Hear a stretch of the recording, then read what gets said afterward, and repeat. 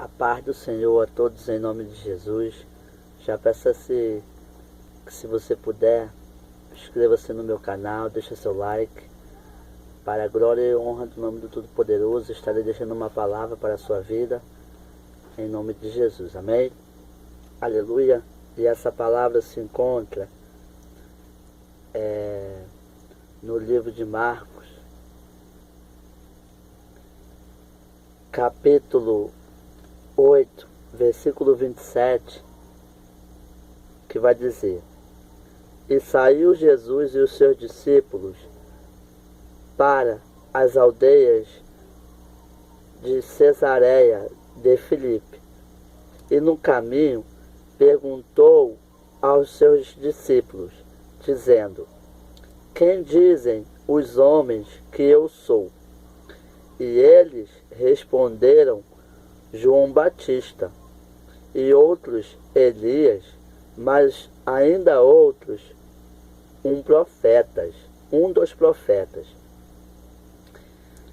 Ele lhes disse: Mas vós, ou seja, seu discípulo, quem dizes que sou? E respondendo Pedro, lhe disse: Tu és o Cristo. E admoestou-os para que ninguém dissessem aquilo dele. Ou seja, ele disse para os discípulos para que eles não pensassem o que as outras pessoas pensam dele, a respeito do que ele é. E começou a ensinar-lhes que importava que o Filho do Homem padecesse muito e que fosse rejeitado pelos anciões, ou seja, pelas autoridades naquele lugar, e pelos principais dos sacerdotes, e pelos escribas, e que fosse morto, mas que depois de 3 dias ressuscitaria. Ou seja, aqui Jesus estava dizendo que era necessário que ele padecesse muito pelas autoridades, que viesse a sofrer e que viesse a ser morto, mas que ao 3º dia ele ressuscitaria. Aleluia. Ele estava falando pelo lado espiritual com os seus discípulos e para todo o povo. No tanto que a Bíblia fala que ele falava abertamente, que ele havia de padecer muito, que ele iria sofrer, iria morrer e que ao 3º dia iria ressuscitar dentre os mortos. Tudo isso que ele estava falando a público e a seus discípulos era espiritual. Só que os seus discípulos não entenderam. No tanto que ele, primeiramente, ele perguntou o que para os seus discípulos? Quem dizem que sou? Aí os discípulos responderam a ele: Ah, Senhor, uns dizem que tu és Elias, outros dizem que tu é um profeta, e assim vai. E vós, o que dizes que sou? Pedro, porém, aproveitando a oportunidade e usado pelo Espírito de Deus, disse: Ah, tu és o Cristo.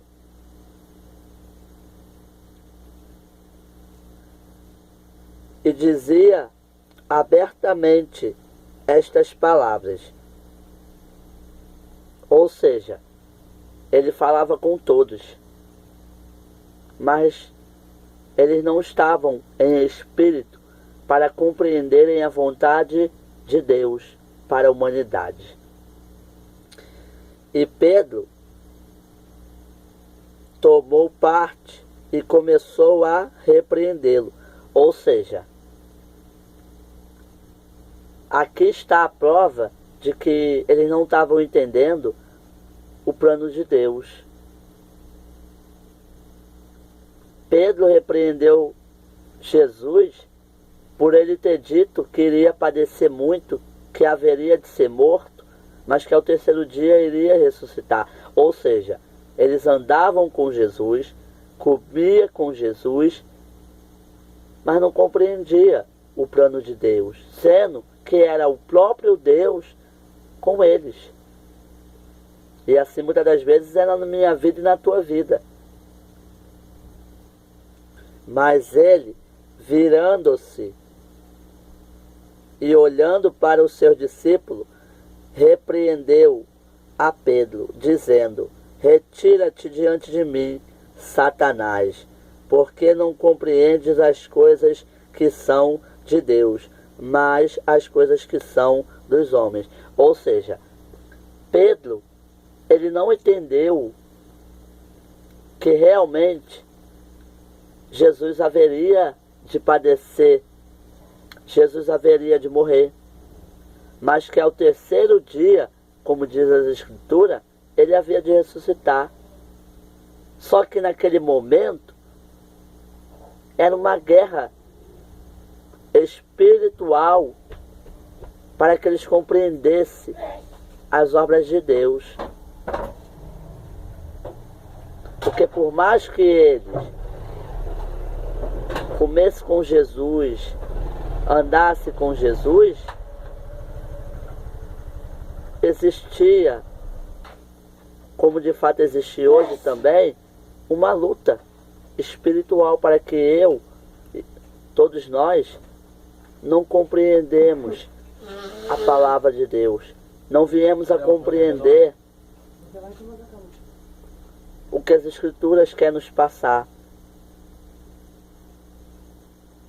Muitas das vezes, pegamos algo espiritual e levamos para o lado carnal. Ou seja, Pedro ouviu algo espiritual, um alimento espiritual para a sua alma, para a sua vida, para o seu futuro até. Só que ele não entendeu que era plano de Deus, né? E ele acabou vacilando. Por quê? Porque não estava ligado. É por isso que a todo tempo nós temos que estar ligado. Porque às vezes Deus quer falar comigo e contigo coisas espirituais,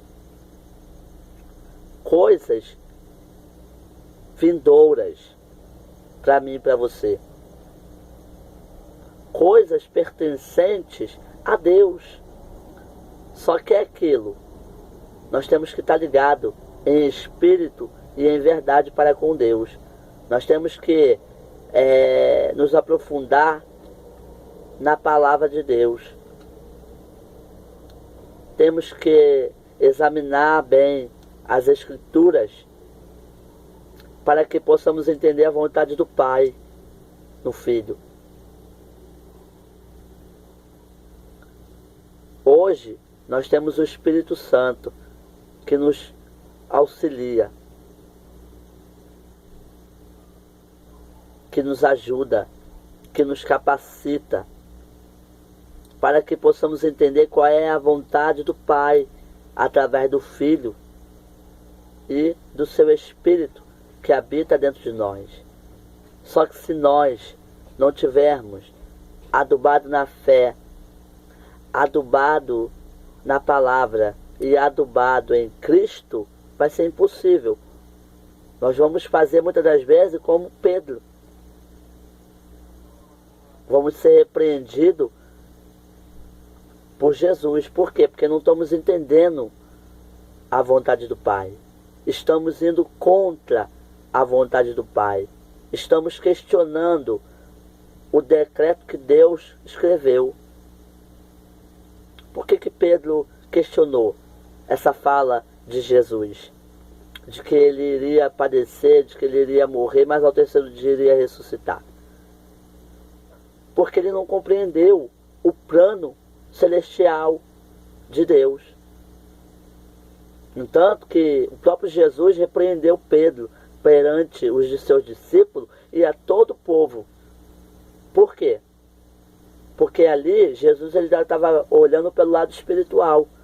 Ele já viu que não era Pedro. A luta de Jesus não era contra Pedro. A luta de Jesus era contra Satanás, que a todo momento tenta impedir e embaraçar o plano de Deus na minha vida e na tua vida. E muitas das vezes, pela gente não estar andando em espírito e em verdade para com Deus, ou para com a palavra de Deus, ou para com Jesus, ou também para com o Espírito Santo de Deus, nós não entendemos o plano de Deus. Então, nós entendemos aqui que é uma guerra espiritual. Está entendendo? E por mais que Pedro tinha dito que Jesus era o Cristo, o que adiantou ele ter dito que Jesus era o Cristo, se lá na frente ele repreendeu os planos de Deus através do Filho que era Jesus? Então Pedro ele precisava dessa repreensão. Às vezes as pessoas podem até entender como um ato de ignorância de Jesus, mas não é. Era preciso Pedro entender o plano de Deus. Só que ele não estava entendendo, como os discípulos também não estavam entendendo, porque ninguém queria que Jesus padecesse. Ninguém queria deixar Jesus ser preso. Por quê? Porque não estava compreendendo o plano de Deus para a humanidade. Por que Jesus teve que morrer numa cruz? Por amor a mim, por amor a você. Por que Jesus teve que padecer carregando aquela cruz pesada? Por amor a mim, por amor a você. Então, meu irmão, ande em espírito para que você possa compreender o plano de Deus para a sua vida. Aleluia! Louvado seja o nome do Senhor. Ande na palavra, porque através da palavra e através da presença do Espírito Santo, ele vai te auxiliando, ele vai te ajudando para você compreender qual é o plano de Deus para a sua vida. Aleluia!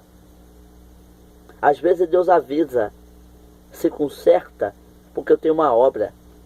Aí a pessoa, em vez de consertar o seu caminhar, a sua vida, ela piora. Por quê? Não compreendeu o plano de Deus. Deus avisa, Deus fala, Deus mostra, e a pessoa está na mesma. Ou seja, ela não compreendeu. Por quê? Porque ela está andando na carne, não está andando em espírito, não está lendo Bíblia. Irmãos, o plano de Deus ele é claro para mim e para você. Ele quer salvar a nossa vida. Ele quer nos garantir a vida eterna. Ele quer preparar, como já preparou, um lugar para mim e para você. E lá aonde ele preparou o lugar, não haverá choro, não haverá tristeza, não haverá sofrimento. Só haverá alegria. Só haverá os anjos cantando santo, santo, santo é o Senhor. E nós também glorificando, exaltando, adorando, sendo grato por ter tido essa oportunidade de ter se consertado, ter mudado, ter feito o que pôde para poder compreender o plano de Deus na minha vida e na tua vida, que é salvar o que se havia perdido, igreja. Qual é o plano de Deus para a minha vida? Vai ler a Bíblia que você vai saber. Qual é o plano de Deus para a minha família? Vai ler Bíblia que você vai saber. Ande em espírito. Viva em espírito. E você vai compreender a vontade de Deus para você, para sua família, para os seus amigos. Você pode ver que quando a gente anda em espírito, a gente é usado por Deus a qualquer minuto. Para quê? Para que pessoas entendam o plano de Deus para suas vidas.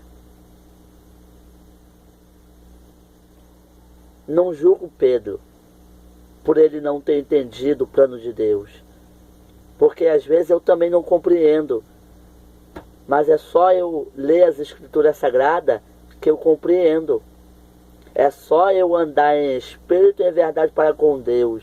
Orar, jejuar, ler a palavra, se separar, se santificar, renunciar aos desejos do mundo, renunciar às vontades do mundo, renunciar ao pecado que habita em nós,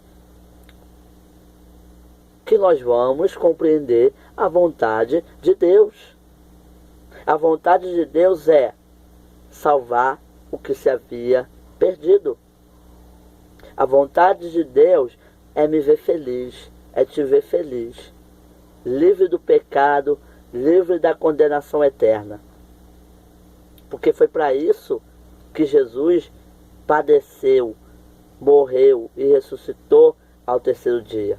Não foi para dar casa, não foi para dar carro, não foi para dar casa, não foi para dar vitória, não foi para dar nada disso.